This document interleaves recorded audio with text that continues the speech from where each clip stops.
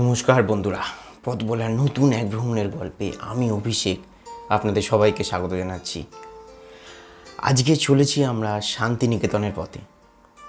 আমাদের বালি থেকে শান্তিনিকেতনের রোড ট্রিপের এই গল্প আজ আপনাদের সাথে আমি ভাগ করে নেব। এখন আমরা ধরব NH2, যদিও বর্তমানে সেটার NH2 নেই, এখন NH19 হয়ে গেছে। এই সমস্ত ন্যাশনাল হাইওয়েরই নাম্বার পাল্টেছে। যেটা NH6 ছিল সেটা NH16 হয়েছে, যেটা NH2 ছিল সেটা হয়ে গেছে NH19। আর এখন এই NH19 বর্তমানে 6 লেন হাইওয়ে হয়ে গেছে। মানে এদিকে 3 লেন, ডাউনে 3 লেন, আপে 3 লেন, তো 3 লেন করে 6 লেন।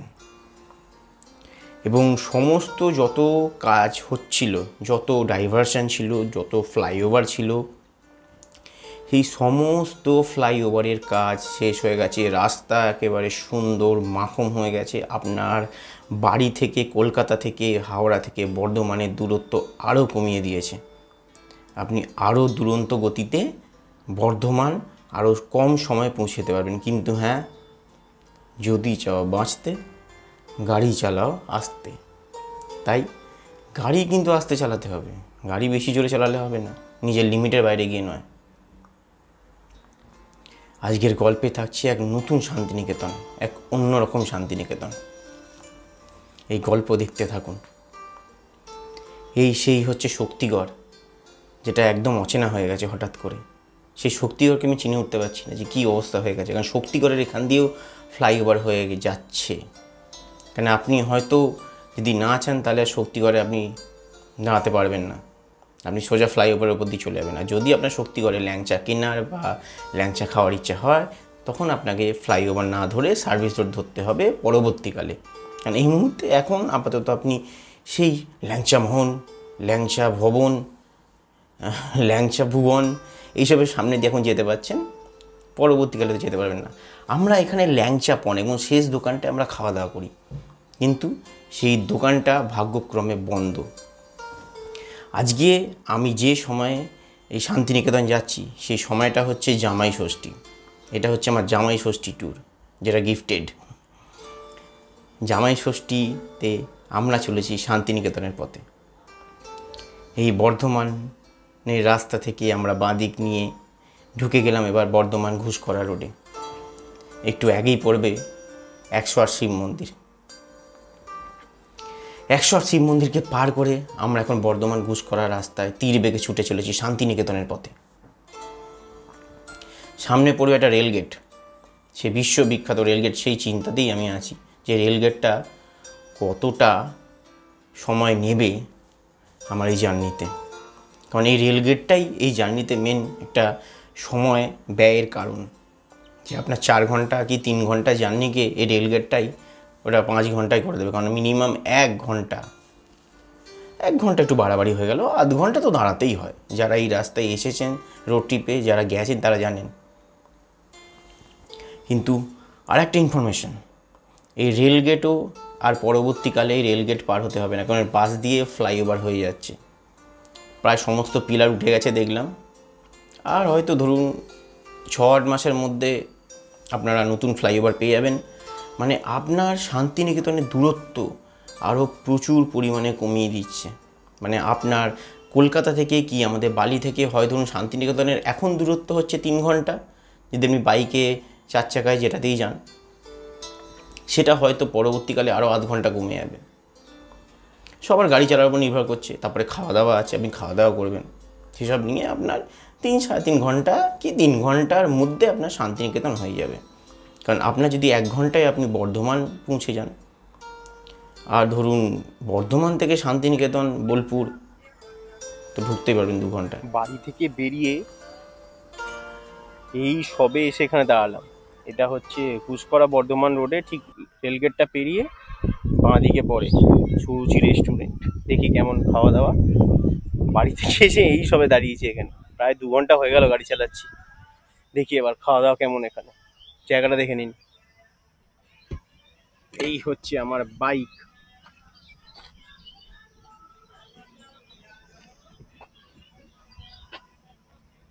দিকটা ভালো হয় আর কি।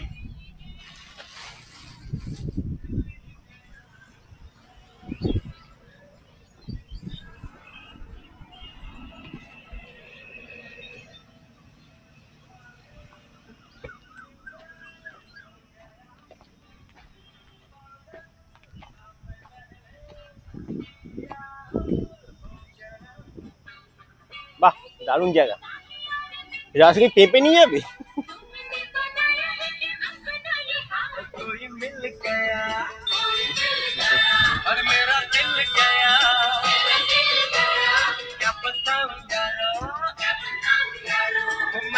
অ্যাটমসফিয়ার কিন্তু বেশ দারুণ।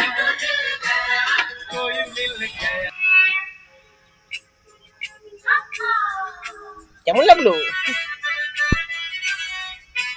আমরা এই সুরুচি রেস্টুরেন্টে নিয়েছিলাম আমাদের সেই পছন্দের খাবার লুচি। তো আমাদেরকে পরিপাটি করে সুন্দর বেশ লুচি, ঘরের তৈরি একেবারে আলু কুমড়ো তরকারি, স্যালাড ছিল, একটা মিষ্টি ছিল, এইসব নিয়ে একটা সুন্দর একটা বেশ প্লেটের মধ্যে দিয়েছিল, যার কস্ট পড়েছিল 60 টাকা করে। 60 টাকা করে প্লেট। তার মধ্যে লুচি থাকবে, মিষ্টি থাকবে, স্যালাড থাকবে, একটা সুন্দর আলু কুমড়োর তরকারি থাকবে। লুচিটা সামান্য একটু কাঁচা ছিল কিছু কিছু জায়গায়, বাকি অ্যাটমসফিয়ার খুব সুন্দর, অসাধারণ। আর তার সাথে আমি নিয়েছিলাম একটা কফি, যার দাম পড়েছিল 40 টাকা, আর একটা জলের বোতল ছিল যার দাম ছিল 20 টাকা। তো টোটাল আমাদের এখানে বিল হয়েছিল 180 টাকা। একবারে ফাঁকা, রোডের ধারে, আর অ্যাটমসফিয়ার খুব সুন্দর। অ্যাটমসফিয়ারে 10-এ 10, খাওয়া দাওয়ায় 10-এ 6, আর বাকি সার্ভিস ওকে। যাক, পেট পুরে খাওয়া দাওয়ার পর আমরা এবারে রওনা হলাম একেবারে বোলপুর শান্তিনিকেতনের উদ্দেশ্যে। আমাদের হোটেল বুক করা আছে, আমরা মেক মাই ট্রিপ থেকে হোটেল বুক করেছি, যার হোটেলের নাম হচ্ছে হোটেল সান্নিধ্য। তো দেখি সেই হোটেল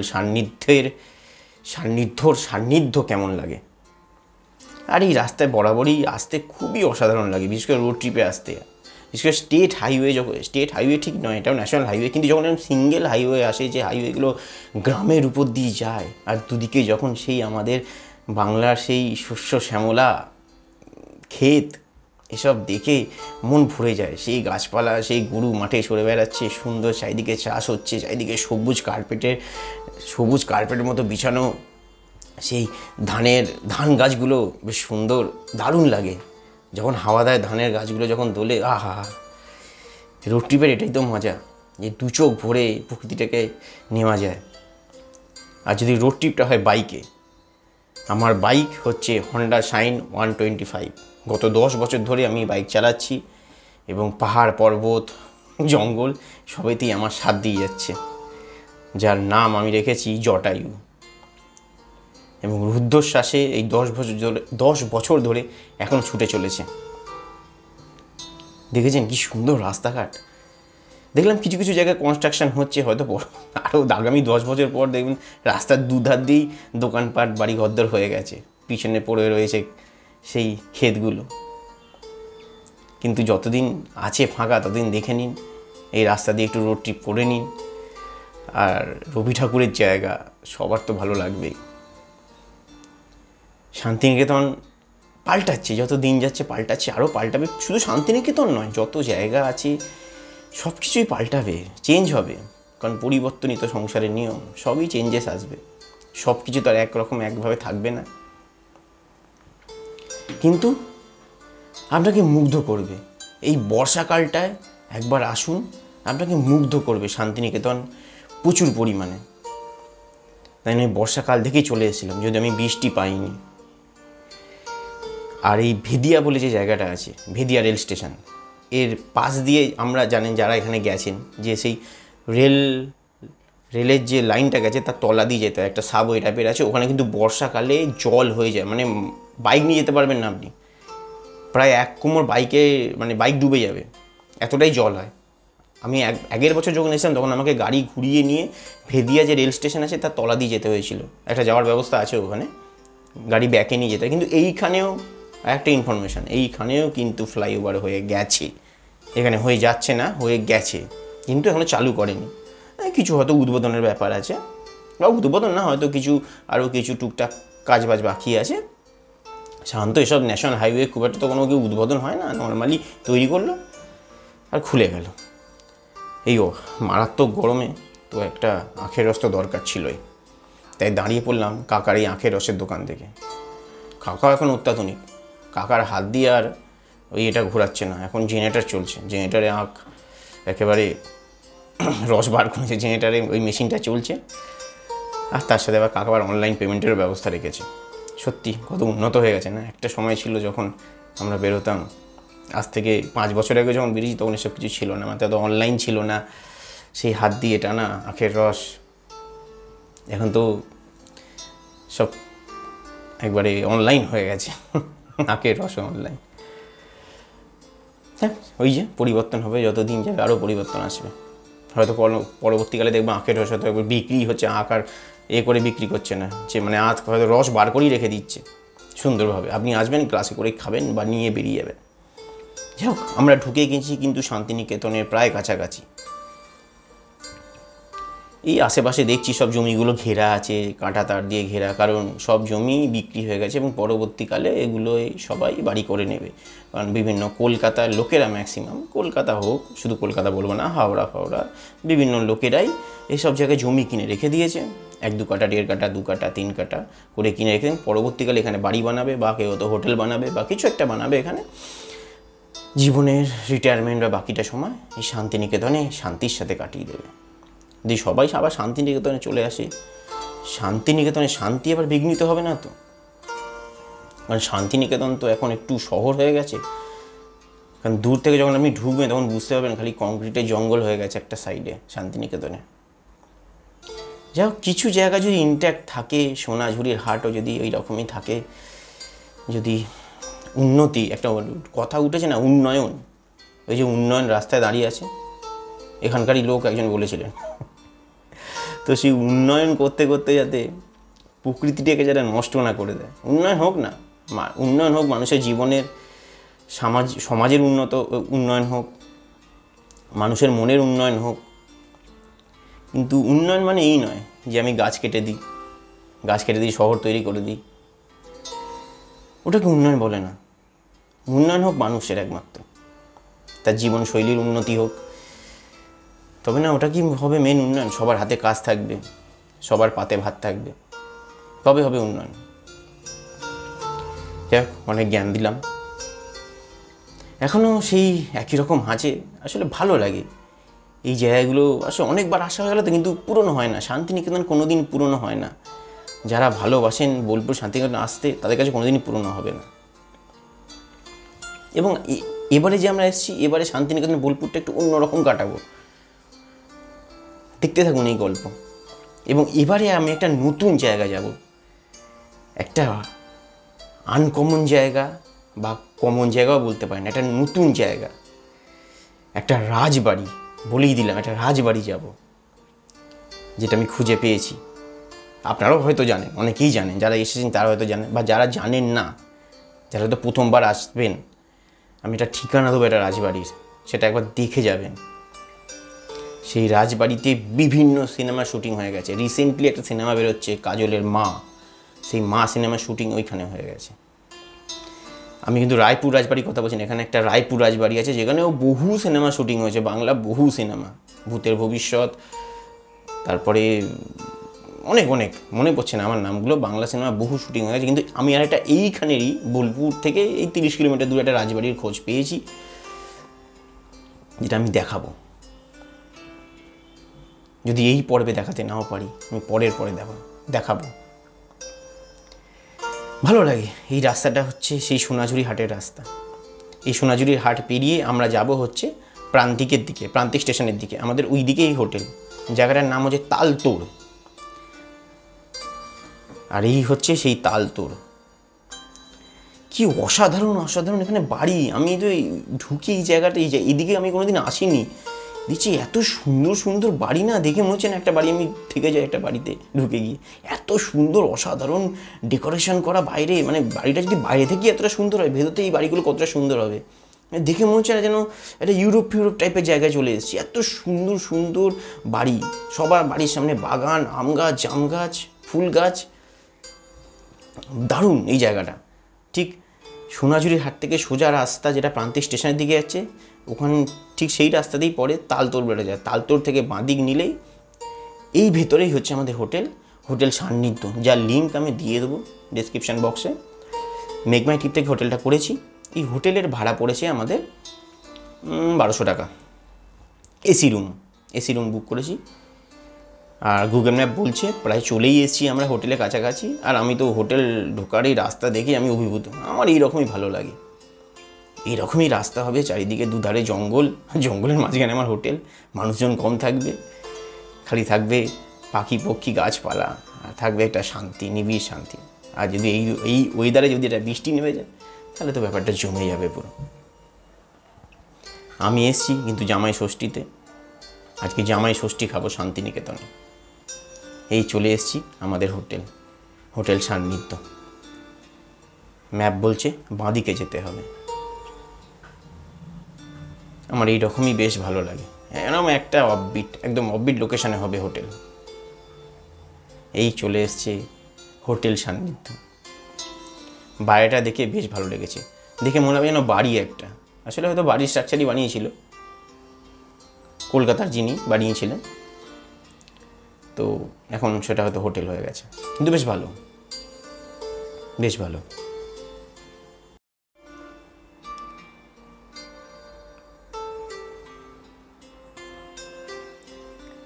হোটেলের বাইরেটা মানে হোটেলের নিচটা খুবই সুন্দর।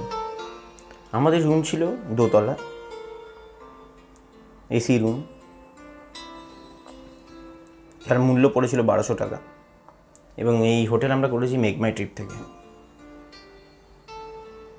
এখানে খাওয়া দাওয়ার ব্যবস্থা আছে, মানে আপনি যদি অর্ডার দেন সকালে অর্ডার দিয়ে দিতে হবে যে দুপুরে কী খাবেন বা রাতে কী খাবেন, তো আপনার খাবারও ব্যবস্থা এখানে হয়ে যাবে। কিন্তু আমরা এখানে খাইনি, যেহেতু একটা জামাই ষষ্ঠী, আমি জামাই মানুষ। এই হচ্ছে আমাদের রুম, হোটেল সান্নিধ্য, আর সান্নিধ্যের এই হচ্ছে রুম।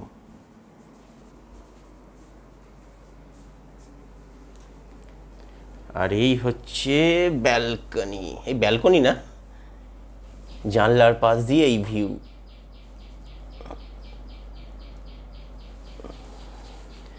আর এই একটা ছোট্ট ব্যালকনি এখানে।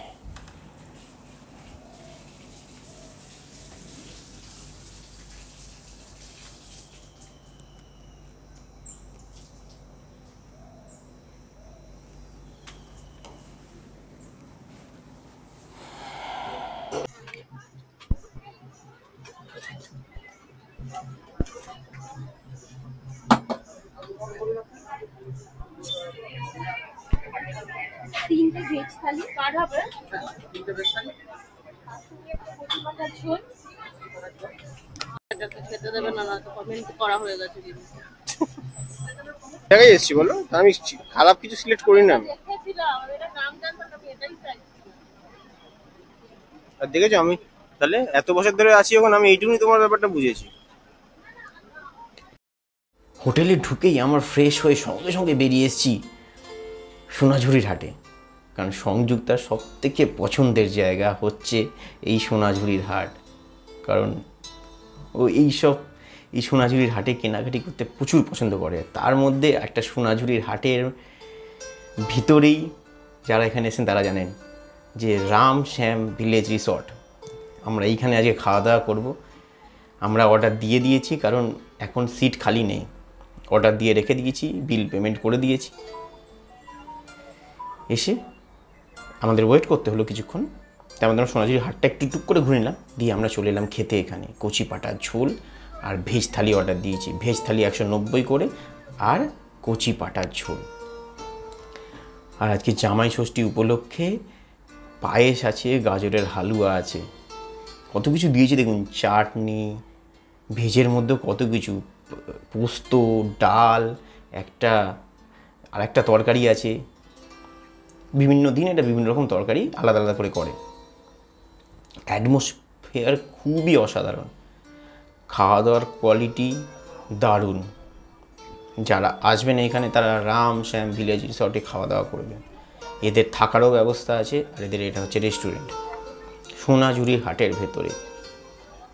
অসাধারণ খাওয়া দাওয়া, রেটও রিজনেবল। আপনি যদি এখান থেকে ভেজ খেয়ে চলে যান তাতেও আপনার মুখে লেগে থাকবে। 190 টাকা ভেজের থালি, যার মধ্যে থাকবে আপনার ডাল, পোস্ত, এবং সব রিপিটেবল, সব রিপিট হবে। পোস্ত রিপিট হবে, ডাল রিপিট হবে, ভাত রিপিট হবে, যা যা বলবেন সব রিপিট হবে। হ্যাঁ, তাই বলে মাংস রিপিট হবে না, কিন্তু আপনার সমস্ত রকম তরকারি রিপিট হবে। সবচেয়ে খাবারের কোয়ালিটি অসাধারণ। বাঁশকাঠি জালের ভাত, এবং জামাই ষষ্ঠী উপলক্ষে এনারা পায়েস আর গাজরের হালুয়া করেছিলেন। মানে প্রপার জামাই ষষ্ঠীর খাওয়া আমি শান্তিনিকেতনে এসে খেয়ে নিই। শুধু জামাই ষষ্ঠী নয়, তার সাথে বউ ষষ্ঠীও হচ্ছে। ও দিচ্ছি জামাই ষষ্ঠী, আমি দিচ্ছি বউ ষষ্ঠী। কেন খালি জামাই ষষ্ঠী হবে? কে হেরে ভাই, তুমি জামাই, তোমার জাতটা কি? তুমি কি মহান কাজটা করেছো। যেরকম জামাই ষষ্ঠী হয় সেরকম বউ ষষ্ঠীও হবে, সবার সমান অধিকার। এই হচ্ছে সেই গাজরের হালুয়া। আহা, কি অসাধারণ বানিয়েছিল, ওদের বানানো নিজস্ব, কোনো কেনা নয়। অসাধারণ বানিয়েছিল। মানে এটা গাজরের হালুয়া সন্দেশ।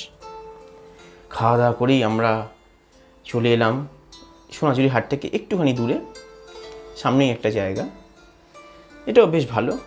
টুক করে ঘুরে ভালো লাগলো না, আবার চলে এলাম আমরা সোনাঝুরির হাটে, কারণ ওর কিছু কেনাকাটি করার আছে, সংযুক্তার কিছু কেনাকাটি করার আছে। এখানে বেশ ভালো ভালো জিনিস টুকটাক আমরা কিনে নিলাম। দাম দর প্রচুর পরিমাণে করতে হবে, যা দাম বলবে তা থেকে কিছুটা বেশ ভালো রকমই দাম কমাতে হবে। দাম কমিয়ে আমরা টুকটাক কেনাকাটি করে নিলাম।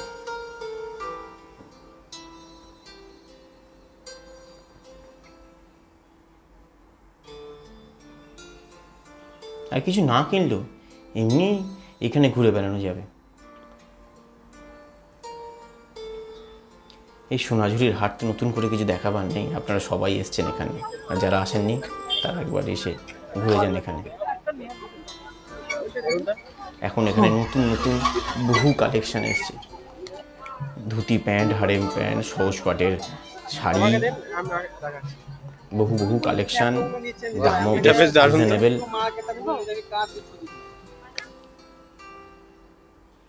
মেয়েরা যারা আসবেন এখানে একবার ঘুরে যান, এখানে বেশ কেনাকাটি করার দারুণ জায়গা।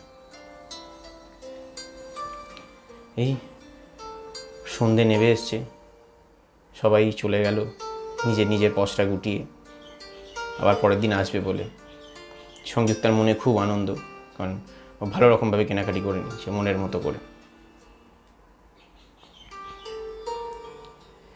আর আমরা দুজনেই সোনাঝুরির হাটে বিকাল থেকে সন্ধে করে দিলাম।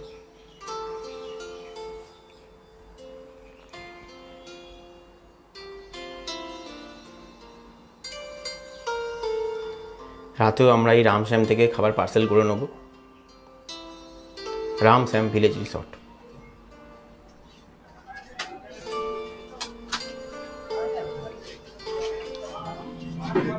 এই আমরা খাবারের অর্ডার দিচ্ছি রাতে, এখানে খাবো না, পার্সেল করে নিই, হোটেলে চলে যাব।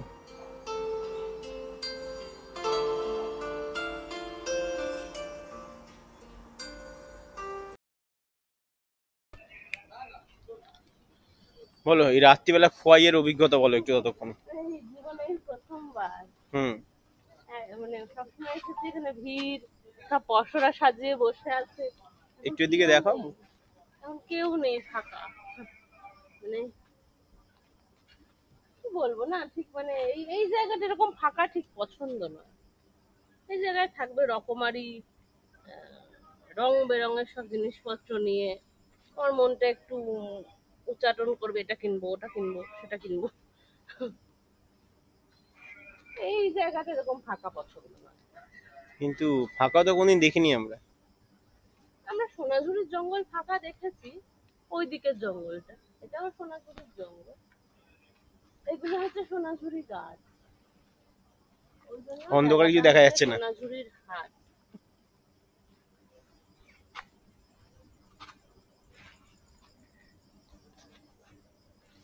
আর এই হচ্ছে রাত্রিবেলার Shyam Ram Shyam restaurant and resort. Ram Shyam restaurant and resort. না না, রাম শ্যাম ভিলেজ রিসর্ট। এখানে রাত্রিবেলা 10টার মধ্যে অর্ডার দিতে হয়, আর 11টার মধ্যে ওরা খাবার সার্ভ করে, কিন্তু 10টার মধ্যে অর্ডার দিতে হবে। আমরা অর্ডার দিলাম, পার্সেল নিয়ে চলে যাবো। তুমি কিন্তু বাসন্তী পোলাও খেতে পারছো আজকে, তুমি জামাই মানুষ, জামাই ষষ্ঠী বলে কথা। আর এটা খোয়াই জঙ্গলের, মানে খোয়াই জঙ্গল না, হাটের ভেতরে। এটা সোনাঝুরি হাট, সোনাঝুরি হাট, সরি সরি, খোয়াই বলছি, সোনাঝুরি হাটে। সামনে নদীটা খোয়াই হ্যাঁ, নদী। নদীটা খোয়াই নদী, আর সোনাঝুরি হাটের ভেতরে এইটা শ্যাম, আবার নাম ভুল বলছি, রাম শ্যাম ভিলেজ রিসর্ট। আর এই আমাদের বাইক চটাই।